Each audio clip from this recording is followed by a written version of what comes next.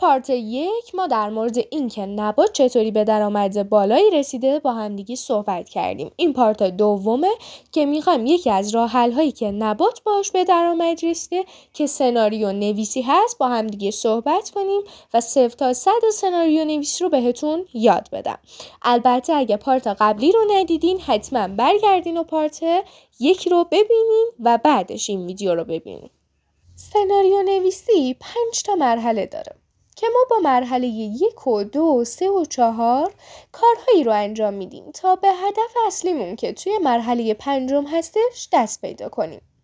مرحله اولی که توی سناریو نویسی انجام میدیم گلاب هستش. گلاب به این معنی هستش که ما چطوری مخاطب رو در اول ویدیو ترغیب کنیم تا آخر ویدیو با ما همراه باشه که من براتون 10 تا گلاب آماده کردم و براتون توی اولین کامنت میذارم. مرحله دوم مشکل مخاطب رو بیان کردن، یعنی بهش بگی اگه این مشکل رو داری من میخوام در مورد این مشکلت بهت راه حل بدم. و مرحله سومش وعده دادن که قراره بگی در مورد مشکل قبلی که با همدیگه مرحله قبلی که با همدیگه حرف زدیم قراره یک آموزش کامل راجبه اون بدم بهت. وعده بدین که در ادامه قراره آموزش بدین و توی مرحله 4 به وعده اصلیتون اکتفا میکنین، یعنی میاین آموزش رو دقیق و کامل به مخاطب یاد میدین. ولی آموزشتون اگر ناقص موند یا اگر محتواتون کامل نبود و اگر پارت های بدی داشت توی مرحله 5 بهش میگید که شما رو فالو کنه تا بتونه پارت های بدی این قسمت رو مشاهده کنه که این مرحله 5 میشه هدف شما که شما خودتون نسبت به هدف خودتون مشخصش میکنید. شاید شما ویو میخواید، شاید شما لایک میخواد یا شیر میخواد یا حتی فالو میخواد. این بستگی به هدف خودتون داره که در آخر به مخاطب القا خواهیم کرد.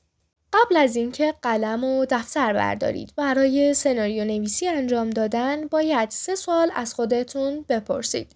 این 3 سوال باید چی باشن؟ سوال اولی که باید از خودتون بپرسید اینه که مشخص کنید که چی میخواید بگید. یعنی چی؟ یعنی اینکه من با خودم مشخص کنم که چه اطلاعاتی رو میخوام در اختیار مخاطبم قرار بدم. و وقتی این سوال رو پرسیدیم میریم سراغ سوال دوم. میگیم این اطلاعاتی که قراره در اختیار مخاطب قرار بدم کدوم مخاطب هستش؟ چه مخاطبی رو من در نظر دارم که این اطلاعات رو به این مخاطب برسونم؟ برای مثال من صحبتامو رو مشخص کردم. من میخوام در مورد سناریو نویسی صحبت کنم و مخاطبای من چه کسانی هستن؟ مخاطبای من کسانی هستن که میخوان توی اینستاگرام به درآمد برسن و راه درآمد رسیدن سناریو نویسی خوب و ویو گرفتن خوبه که همه اینا به هم دیگه بسته هستش. و سوال آخری که باید از خودمون بپرسیم میگیم خب مخاطب باید در گرو این اطلاعاتی که در اختیارش قرار میدم چه کاری رو میخوام برای من انجام بده. دقیقاً همون هدفی که گفتیم باید مشخص کنیم. آیا میخوام من رو فالو کنه؟ آیا میخوام من رو لایک کنه و یا چه چیزی؟ در ادامه میخوام سناریو نویسی رو با یک مثال خیلی ساده بهتون یاد بدم. اگر ما ماشین رو محتوا در نظر بگیریم و جاده رو سناریو و مقصد نهایی رو هدف تولید محتوا در نظر بگیریم این 3 تا با همدیگر مرتبط هستن. یعنی چی؟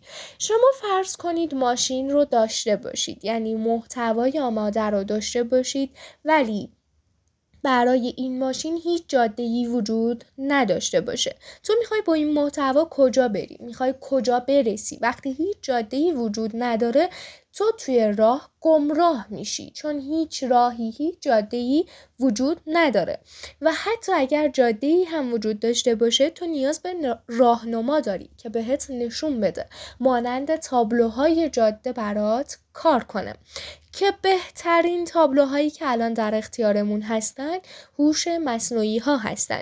من در آخر میخوام بهتون سناریو نویسی با هوش مصنوعی رو یاد بدم. سناریو نویسی با چت جی پی تی که اولین هوش مصنوعی هستش که میخوام توی ویدیوی بعدی بهتون یاد بدم.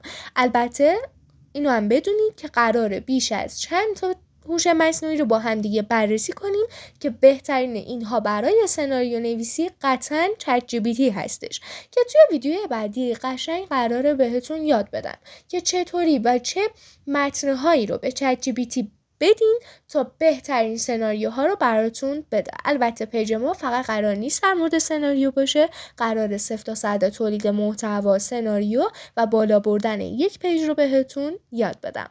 اگه میخواین حتما هوش مصنوعی رو یاد بگیرین، تمامی ابزارهاشو یاد بگیرین، حتما ما رو فالو کنید و